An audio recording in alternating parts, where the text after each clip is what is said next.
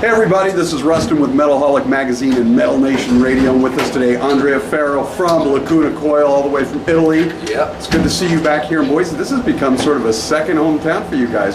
Yeah, I've been here pretty often, yeah. I know. It's always a great time here, so. And most bands never get through here, but once every 2 or 3 years, you guys make it a habit, and we appreciate it.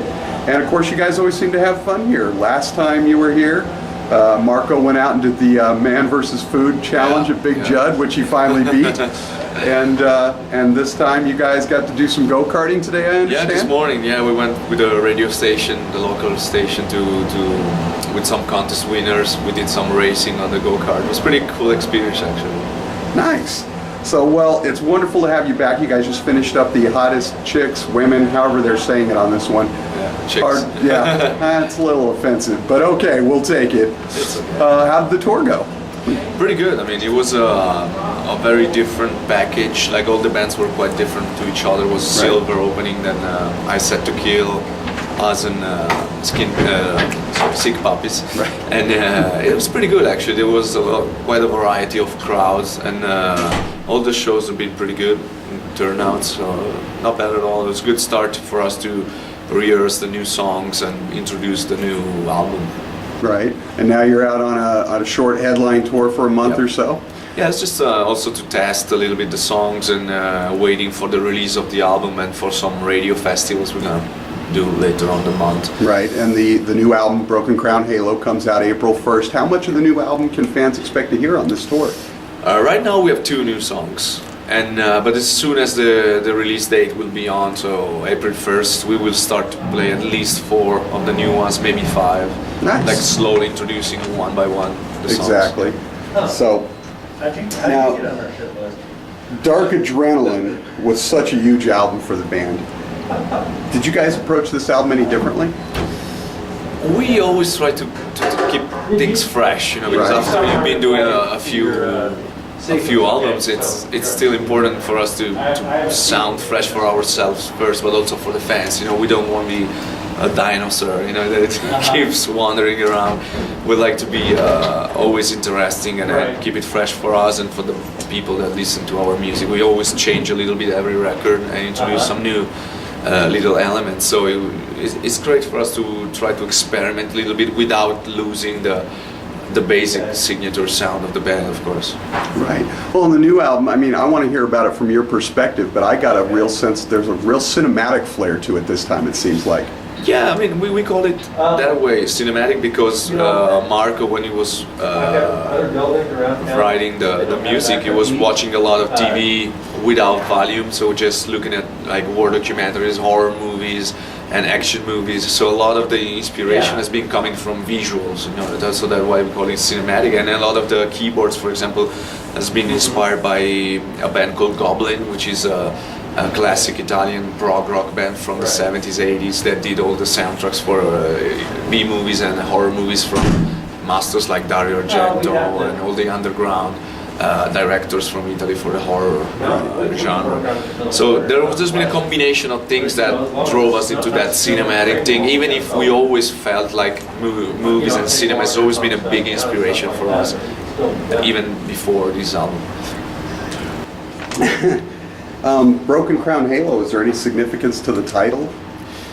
Yeah, I mean, we wanted a title that kind of represented a sort of a kingdom, which we felt it was the reality we're living, especially we've been experiencing in the past couple of years, with all the difficult times Europe has been going through with the economy, and Italy especially. Right. So all this negative surrounding you all the time, like news saying that this guy killed himself because his company failed or broke, or people struggling for the jobs, and there's been a lot of negative outcome altogether that kind of we felt surrounded by it. So everybody started to protect their own little kingdom in a way, your own little world. But in reality, you can't really avoid to face reality. And even if it's negative, you need to be there and face it and make it a better place. You still have to follow your dream and keep struggling, even if it's very hard times for you. But most of the time, what comes from a negative experience is going to teach you a lot about life, about how you become a more mature person, or more of a grown man. So it's been very important to represent this kind of kingdom that seems perfect, but it is not. It's broken. It's not really what it seems to be, what we want it to be, other people judging it. So it's been, I think it was the right title for what we wanted to represent with the lyrics and the overall atmosphere we've been living. Right. It's not just limited to Europe or the U.S. anymore. It's the whole global community is sort of fragmented with all this stuff going on. It seems like in these couple of years, everything has been kind of falling apart. From the music business, even the movies, the video games, all the things that normally would make money and be the entertainment and business. Nowadays, they're all struggling because there are so many new ways, and everything is moving fast with the internet that they don't keep up anymore. So we have to reinvent the way a band make a living, for example, or the way you have people go to see your movie or to buy your video games. That everything has been changing so fast that everything that was sure is not that sure anymore. Is not that safe anymore. Right. Well, when we were growing up, it was inconceivable that you would be talking to your favorite rock star or musician through Facebook and Twitter, and Christina does a fantastic job of staying so relatable to all the fans and everything. Yeah, it's different reality now. So on the new album, you guys went with Jay Baumgartner. You used Don Gilmore on the last two albums. Why the change, and how did that? We just wanted to change it because we know that every time you work with somebody different, you learn something else. So we thought that with Don we've reached a pretty good balance on Dark Adrenaline, and now we wanted to just try working with someone else, and we had like 3 or 4 names in our minds. But of course you have to see who's available at the right moment, who's gonna do it, who's gonna accept your condition to make it. And so in the end Jay was the right choice, and we met him already when we recorded Shallow Life in Los Angeles, because he owns the studio where we recorded the album, the Energy Studios. And so we asked him if he wanted to do it. He was available, and we wanted to try working with him. So in the end we ended up recording in Milan, actually in our hometown, because we couldn't go to LA in that specific time frame, and we had to be in Milan for personal reasons. So he actually flew to Milan with his engineer, and we recorded all in Italy, all the album in Milan. And that actually kind of affected the sound of the album a lot, because we've been ending up using a vintage studio in Milan called Officine Meccaniche, which is owned by a prog rock musician very famous in the scene in the 70s, and which has a huge collection of vintage gear. So he was coming in the room and say, "Okay, so I got this guitar to show you, this Gibson from the 60s, these Fenders from the 70s." So we ended up using a lot of that gear that we normally would never use. So we've used like our normal Schecters, Ibanez for the rhythmical and the main chords and the main parts where we need the 7-string guitars, but we're using a lot of those guitars for all the melodies and all the arpeggios and all the clean parts.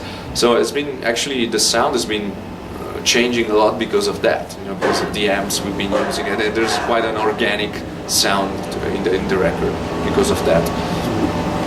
This is sort of a melancholy thing for me sitting here with you right now, because the last time you guys were here I was supposed to sit down with Christina, but you guys had gone off to do the Big Juts thing, and I ended up talking with Cristiano Pizza, and of course he's not here on this tour, he's retired now, so it's kind of melancholy to be sitting here talking with you. And the first song on the album, Nothing Stands in Our Way, seems to take an extra significance these days with Pizza and Chris. I think actually the lyrics has been written before the decision was taken, but maybe there was already something in the air, something that you kind of perceive even if you don't know, you don't realize it yet, So maybe it could be that something like the vibe has inspired the lyrics for that, but it's not done on purpose for that specific situation, because it wasn't happening before.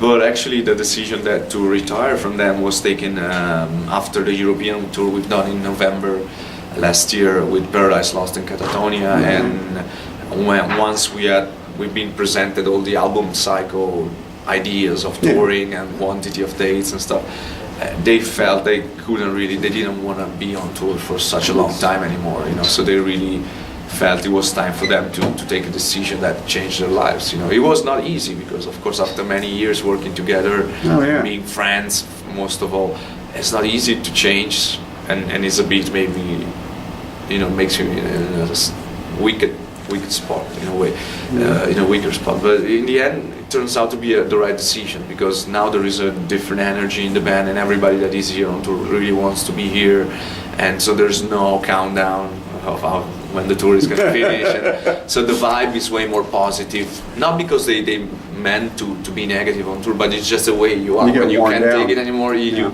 even if you don't realize it, you push this negativity towards the other people on tour. So it's actually, I think, the best decision for them as well as for us. Right. Well, Ryan's been touring, drumming with you. As a matter of fact, he was doing that on the last tour because Chris was staying home with family, and that's obviously a very important thing. He wants to be home. I get it. I believe he's still working on the website and everything for you anyway. Yes. You know, and Pete's got his own stuff to do and everything. But it's got to be sort of strange for you. I was wondering if it's sort of surreal, because every time I've ever seen you guys perform, Pete's has always been on that one side of you. Every time. It's got to be a bit surreal to look over and there's that void there where he's been this whole time. Oh, now there is Mouse, because we moved. Swap? Well, yeah, we swapped him on this side, and Marco is on the other side of the bass. So it's still somebody there, but it's different for sure. It's different, but it feels pretty good actually, because in 4 in the front is a bit easier to move and to organize all the monitors and all that stuff. So it's not a big deal technically. It's just mostly a different vibe, you know. Now, but it's doing pretty well now. So has Mouse had to rework all the guitar parts, or is you sort of using some backing for some of them? Or? Some has been reworked to make it work with just one guitar. Some parts we have some backing tracks together with the keyboards that we normally have on the computer. But just when he does like a solo, so you need something to support a solo, and very few parts. We try to keep it. It sounds a little different. It sounds a bit more maybe straightforward. Right. But it's everybody that has heard it so far has been pretty happy about it. Like, it says that it's a new sound for us. Well, you guys do such a phenomenal live show anyway. So, so before we get out of here, it's obviously too early for you guys to even think about the future of who's going to be in the band or not be in the band right now. You're sort of feeling everything out. So I'm not even going to ask you about that. But just for fun, the pointless question of the week, what are you hopelessly addicted to, you're sort of embarrassed to tell people about? Oh, well, I'm pretty good at try to avoid vices and stuff. I mean, I like to drink, I like to smoke sometimes, but I like to, maybe growing up, I learned when you can do it and when it's not the case, you know. So I'm good at having the right balance in my life. So there are stuff that I do, but I try to don't overdo it, you know. So there's nothing really bad that I do, to be honest. There's nothing I listen to which is too crazy, weird, you know. I think I'm quite a balanced person right now, more than when I was younger, you know. So I think I do pretty normal stuff. There's nothing that I'm really embarrassed of. Sweet. So bringing it all back around to the beginning, who won at go-karts today? I think the best placement was probably Marco.